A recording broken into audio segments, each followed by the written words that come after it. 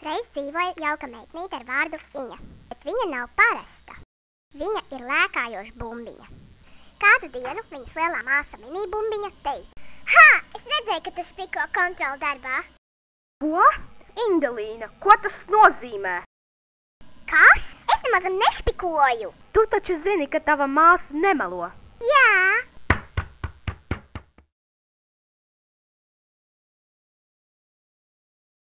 Māmu, ja tu lasi vēstuli agri no rīta, tātad tu to atradi uz manas gultas.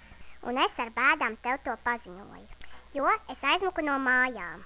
PS, nezvani man telefona nav un nejautā neko citiem, viņi arī neko nezina.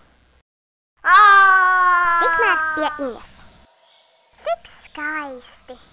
Čau, Iņā!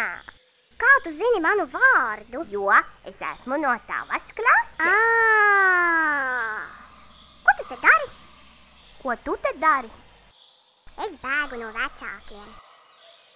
Zini ko? Man ir karš. Man ir jānonāk pie laimes koka. Tev droši vien jānonāk pie paradīzes. Es nezinu, bet kā tur ir? Forši! Tur vispār vecāki nepastāv, jo tā ir bērnu pasaule. Nākamajā rītā. Atā!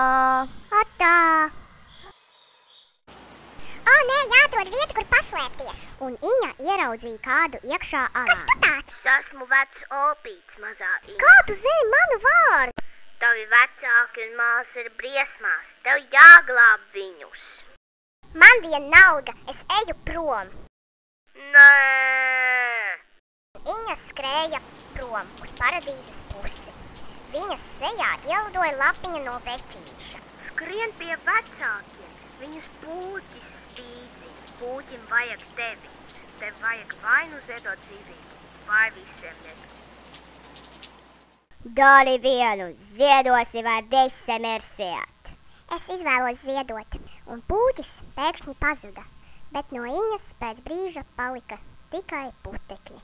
Bet māsa atzinās, ka Iņa nemazam nenorakstīja.